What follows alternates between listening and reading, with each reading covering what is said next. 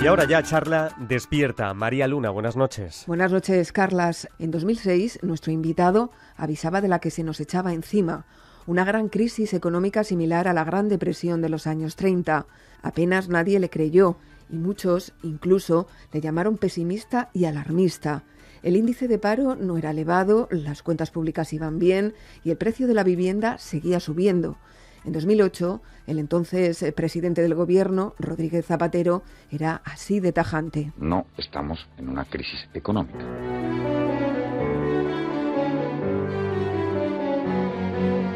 Pero mientras se disparaba el consumo, los salarios se mantenían y nos acostumbrábamos a vivir con los créditos de los bancos.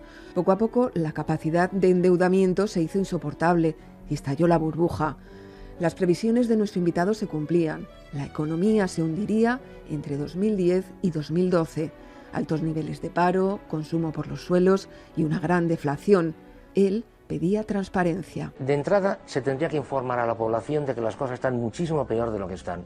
Eso de entrada. En segundo lugar, se nos está diciendo que, hablando de España concretamente, que el sistema financiero español es sólido y es como una roca. Y no es verdad. La prueba la tenemos es que ayer Moody's rebajó la calificación a 30 bancos y a 30 entidades financieras en España. No es cierto.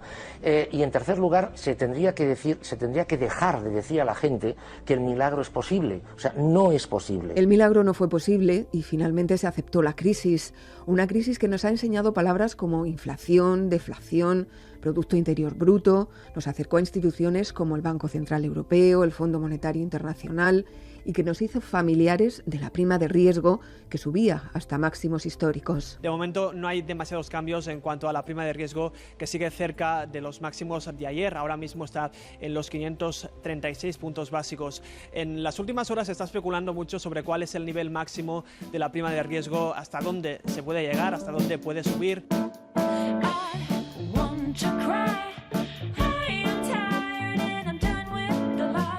También se hicieron familiares los recortes, el paro o los desahucios, palabras temibles que fueron auguradas por nuestro invitado, catedrático de Estructura Económica en la Universidad Ramon Llull de Barcelona. Su libro, El Crack de 2010, se convirtió en un bestseller y ha repetido éxito con otras 4 publicaciones. Ahora es uno de los economistas más mediáticos, ha escrito unos 3.500 artículos y ha sido entrevistado en más de 17.000 ocasiones.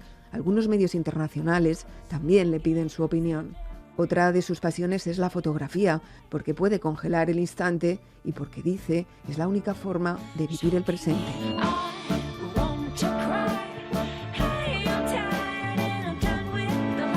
Mails, lo que ustedes me cuentan y mis respuestas acerca de lo que más les preocupa.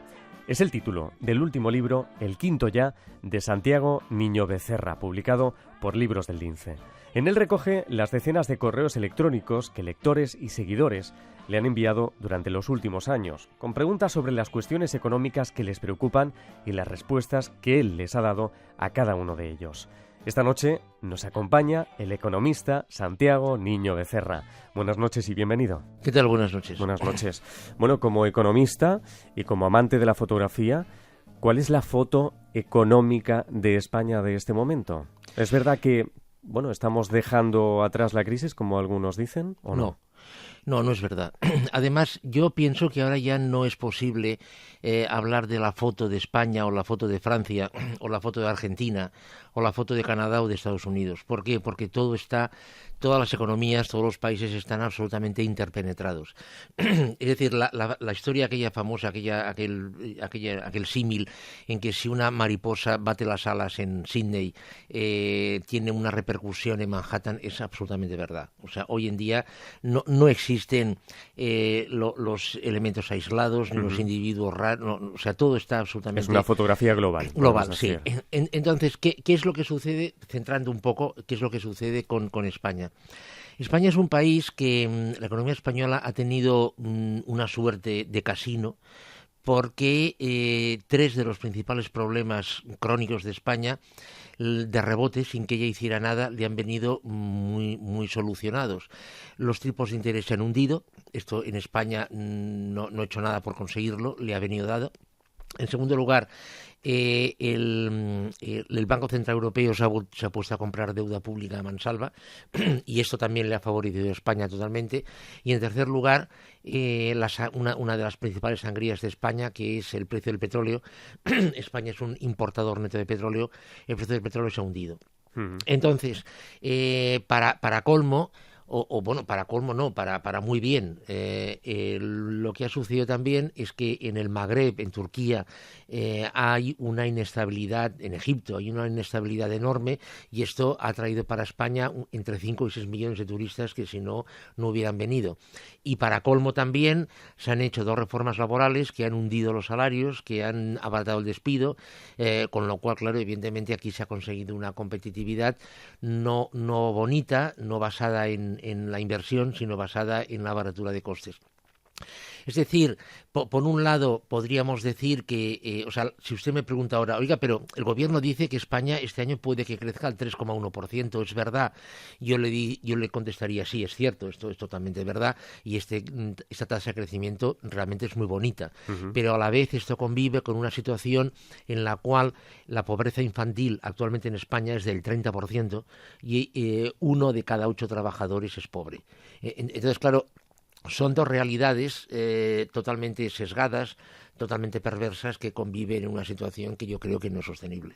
Recordemos, si le parece, lo que decía esta semana pasada el presidente del Gobierno, Mariano Rajoy. Si las cosas no cambian y si lo hacemos bien no tienen por qué cambiar, en el primer semestre del año 2017 ya habremos recuperado el nivel del PIB de la etapa anterior a la crisis. Insisto, el 10% de nuestra riqueza nacional. No sé si está muy a favor de lo que está diciendo el presidente del Gobierno, pero usted además dice en el libro que es necesario que la población desmonte y abandone el sueño que ha construido. Sí, es decir, lo que ha dicho el señor presidente del Gobierno se ha referido a un número, es decir, a una cifra de millones. O sea, concretamente el PIB de España actualmente está en 1.010.000 millones, 12.000 millones.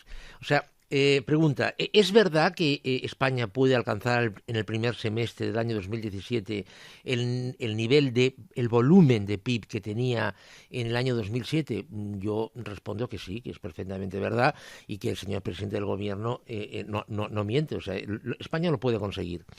Lo que sucede es que si bajamos de nivel, un nivel solo, y vemos cómo se reparte ese PIB, vemos el nivel de subempleo que hay en España, vemos el nivel de paro, vemos el nivel de endeudamiento familiar, vemos el nivel de endeudamiento privado, no se parece absolutamente en nada, estamos años luz de cómo estábamos en el año 2007. Es decir, por ejemplo, un dato que incluso puede sorprender. Hoy en España hay 3.000 millonarios más que en el año 2007, por ejemplo. Entonces, lo que ha sucedido es que el crecimiento que se ha generado, repito, insisto, ha ido a muy pocas manos. Entonces, de ahí la frase que usted ha comentado, ha resaltado de mi libro, ¿no? Sí.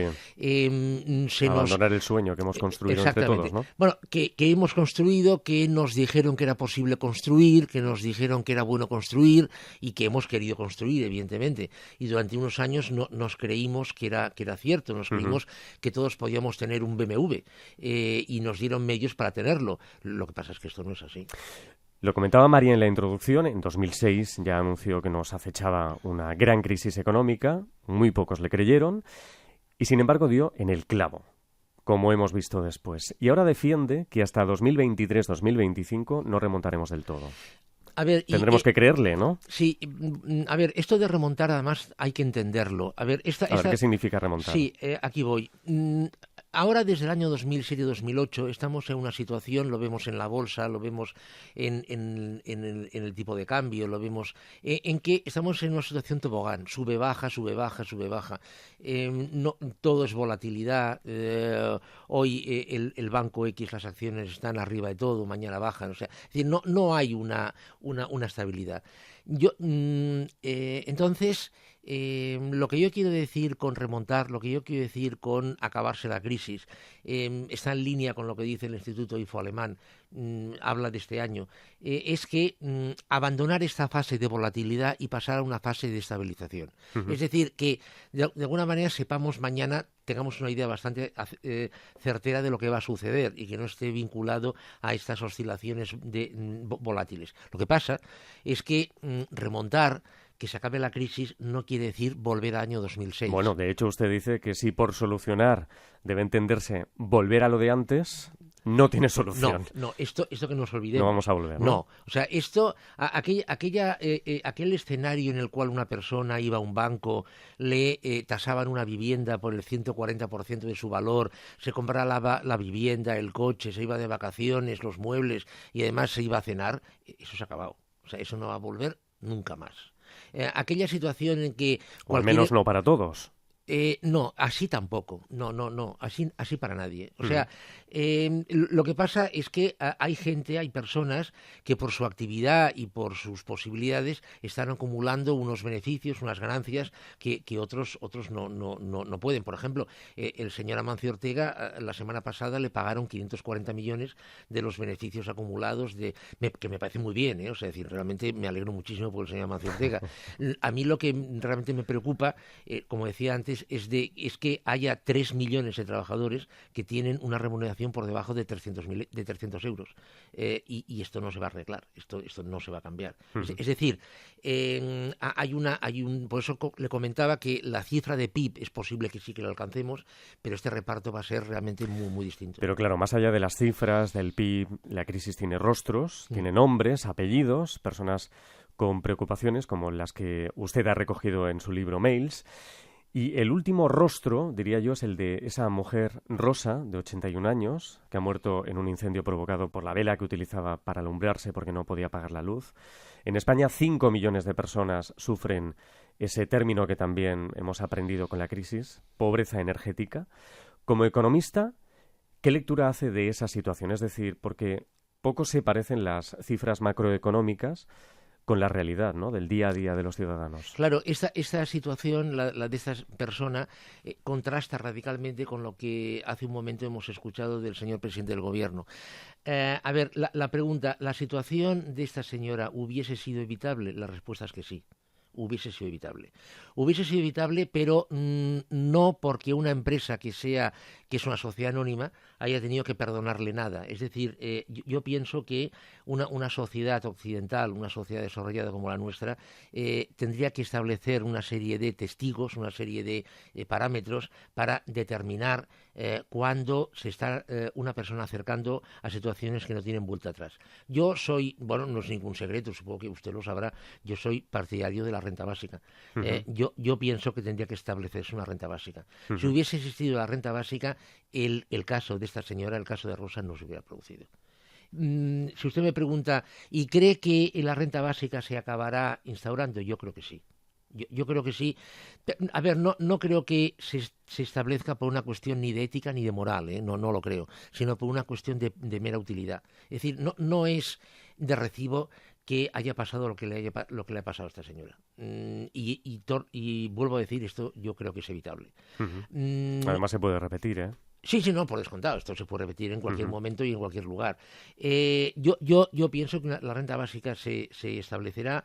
Lo que pasa es que se han de frenar aún o se tienen que salvar muchas resistencias políticas, sobre todo, porque la renta básica significa asumir una serie de cosas, pero yo pienso que vamos por el buen camino en este sentido y me atrevo a decir que antes de 5 años la tenemos establecida, yo creo.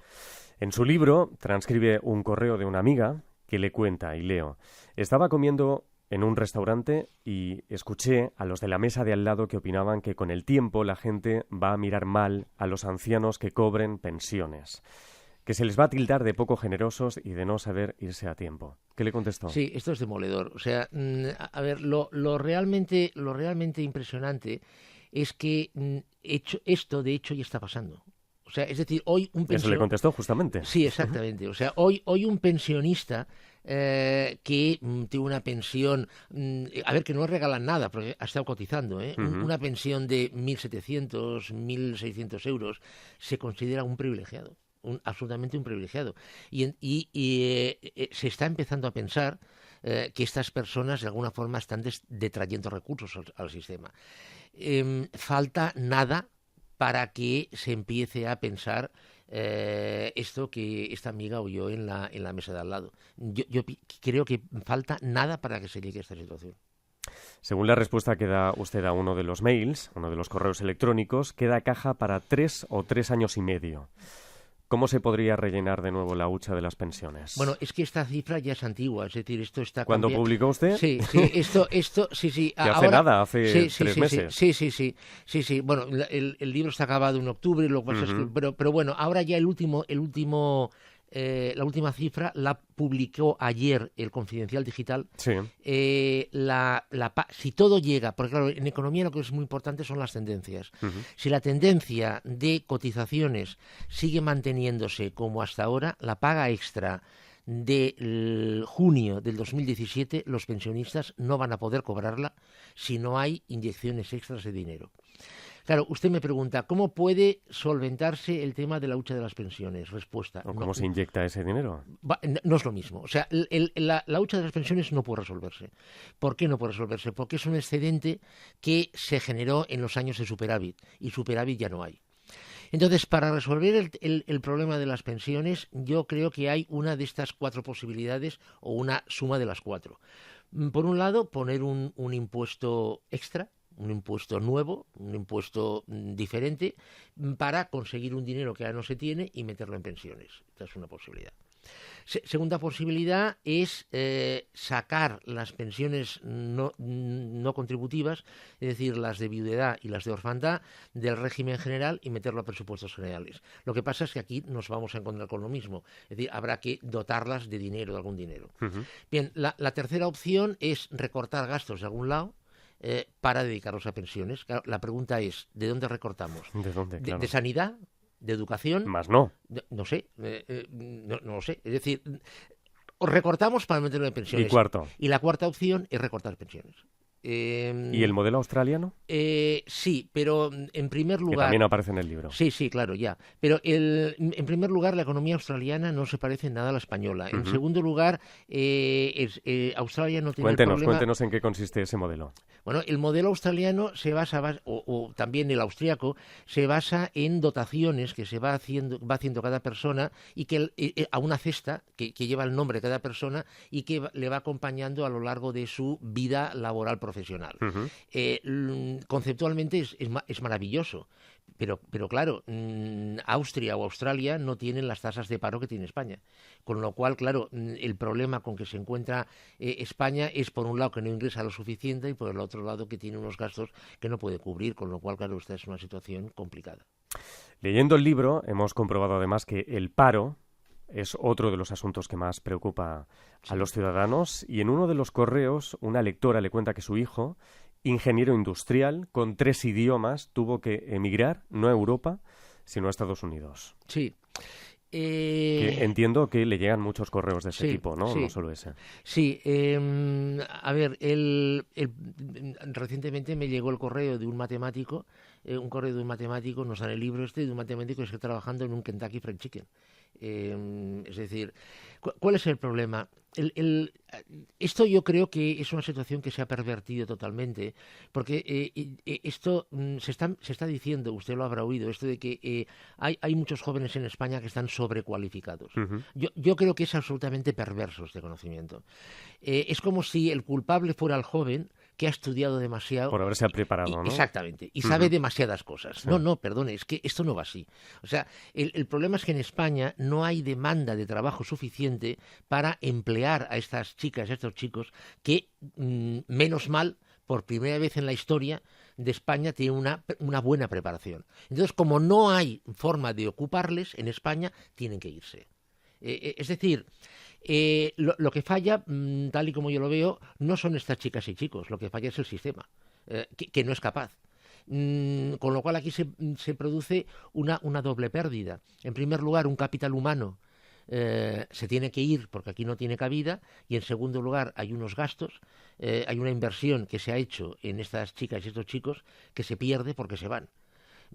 Claro, se dice, ya volverán. Bueno, volverán o no volverán, o no volverán. Lo cual, claro, evidentemente esta es una situación, pues, muy, muy triste, muy triste. Decía al principio que esa fotografía, bueno, imaginaria, que le pedía de España sería imposible, porque vivimos en un mundo global. La pregunta que todos nos hacemos en este momento es cómo va a influir el mandato de Donald Trump en Estados Unidos en la economía de Europa.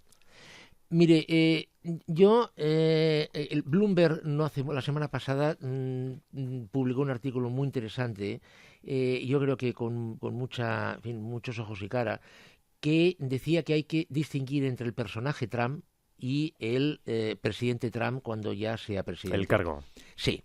Es decir, el personaje Trump es un personaje que alguien ha creado, o el señor Trump o su equipo.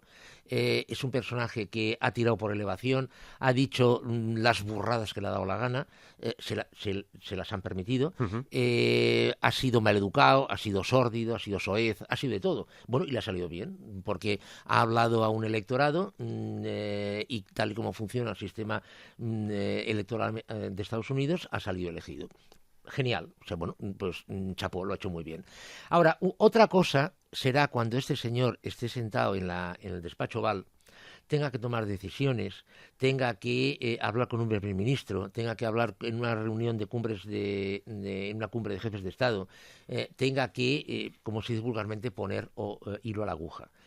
Yo, sinceramente, me cuesta muchísimo creer que el señor Donald Trump en una cumbre del G7 vaya a decir que hay que prohibir la entrada de los musulmanes en Estados Unidos. Yo, sinceramente, no lo veo. No lo veo. ¿Por qué?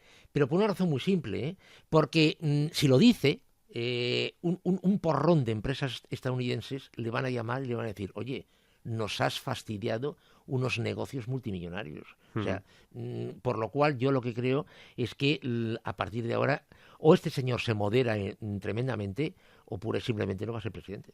Claro. Así de fácil y así de simple.